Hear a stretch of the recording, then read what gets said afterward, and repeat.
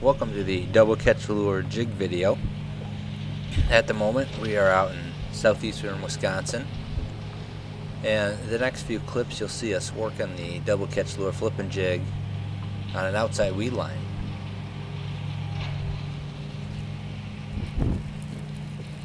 This particular weed line that we're working right now is about 4 feet of water, and the fish aren't necessarily holding right on the weed line, but just slightly off of it. So what we're doing is pitching that jig right up to the weed line, and then almost using a yo-yo effect off of the weed line.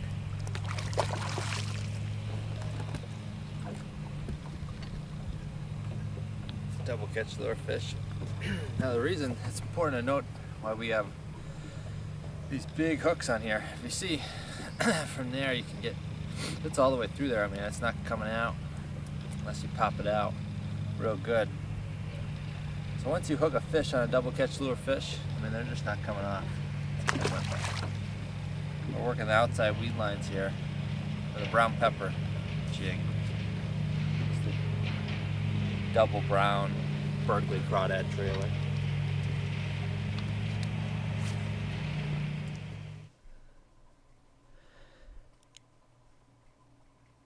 Now in these clips here, you'll see the jig we're using, that brown pepper skirt, and you'll see the size of the hook we're using.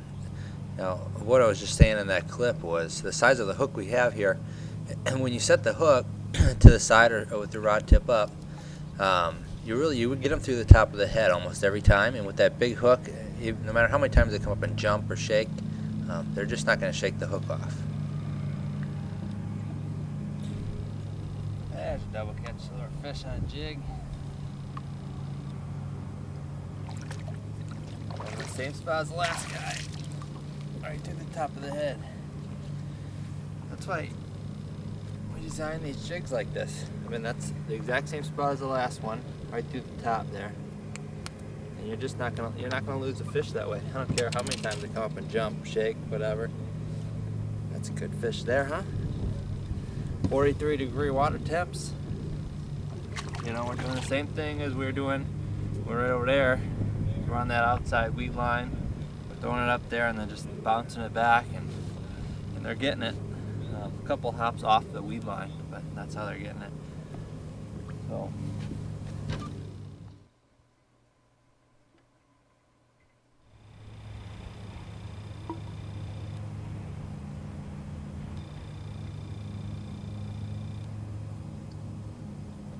You'll see what I'm doing here. I'm just lifting that jig up and then letting it fall back down.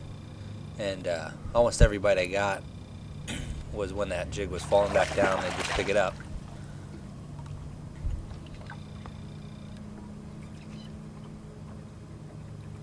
Here we go.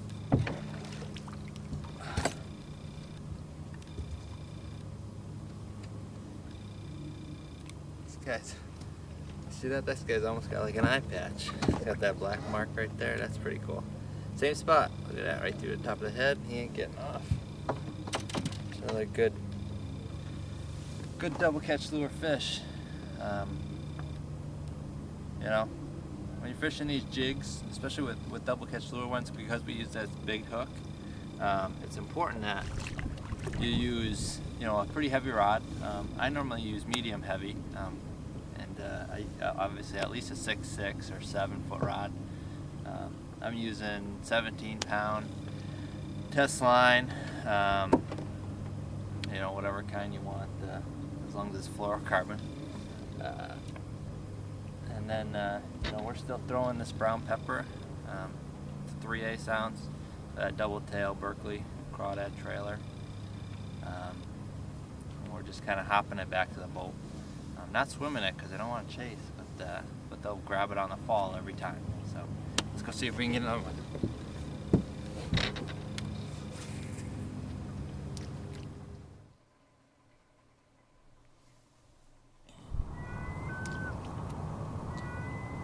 Now in this particular case, we moved over to a different lake.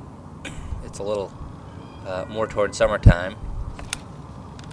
In this one you'll see this particular clip here was to a weed line again, but we're actually going to get into using these flipping jigs for docks.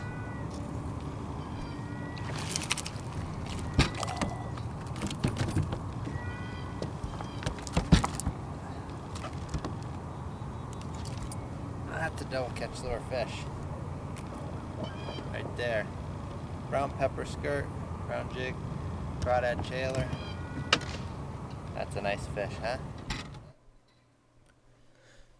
So that kind of gave you a good illustration. It didn't matter how many times that smallmouth came up and jumped or shaking around or anything. With the hooks that we use, they're not going to come unbuttoned. Now here, with the shape of the head and the way we make the jig, they skip real well underneath docks and things. So here's a few clips of exactly what I'm saying there. In this particular case, the fish are up shallow underneath the docks where the rocks are and eating crawdads and things.